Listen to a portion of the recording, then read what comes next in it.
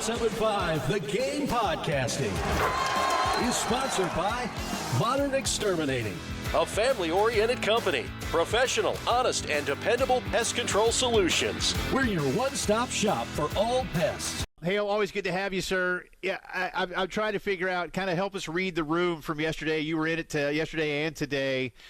This team has been so close so many times, and they know it. We know it. We see it. We feel it. What do they feel? How different, if at all, do these coaches and leaders feel relative to what fans are feeling, especially after what happened on Saturday afternoon? I think they hurt just like the fans do, for sure. That's one thing that I think should probably be emphasized with where I start is those guys probably care just as much, if not more, than everybody else. I mean, they're the ones who are out there putting the performance together. Their jobs are on the line. It's their livelihood. So yeah, they certainly do care. And I know there are plenty of Carolina fans out there who've been watching the Gamecocks for a very, very long time, much longer than these players have been alive, and even some of the coaches too. But those guys care, and they want to get it turned around. They certainly don't want to be 3-5. I mean, they don't want to blow fourth quarter leads at Missouri and against Alabama at home. They're picking themselves up off the mat and trying to move forward. I thought the tone from Shane yesterday was very upbeat, optimistic, and positive, and not to say that he's not all those things always, usually, but he seemed like that. It seemed to me that was an emphasis for him going into yesterday and trying to convey that to the fans and to his team as well. I just wonder, Terry, if South Carolina, because again, you and I and thousands of others have talked a lot about what South Carolina can and dare we say must do differently in order to score more points. I mean, even the other day when you looked different, you still only managed 22 points, which typically is not enough. Again, ironically, the other day it was almost nearly enough until it wasn't.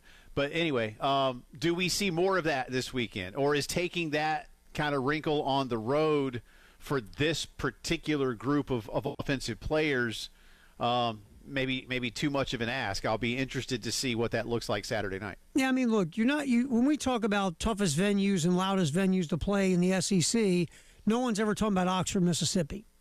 Remember, no. Lane's begging people for a sellout this Saturday.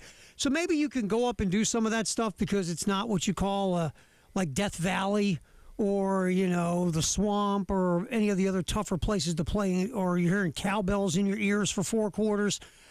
So maybe you can because you're not worried about crazy crowd noise.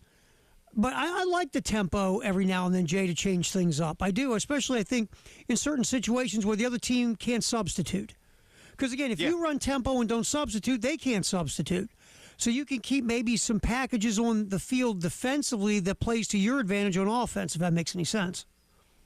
No, it absolutely does. And, again, I think it's conceptually it's fantastic. It's more the execution part of things that I think is what Carolina could struggle with. And that's and listen, I thought the Mississippi defense the other day against Oklahoma was fantastic.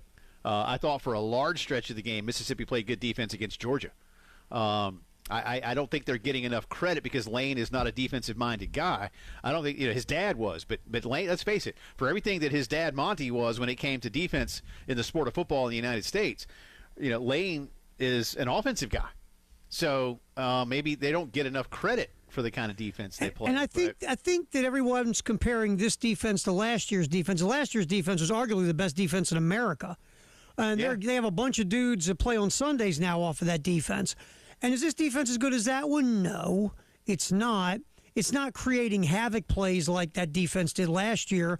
But I'm with you. I think in fits and spurts, that defense has held itself up well. Now, has it had moments where it's given up stuff? Yeah.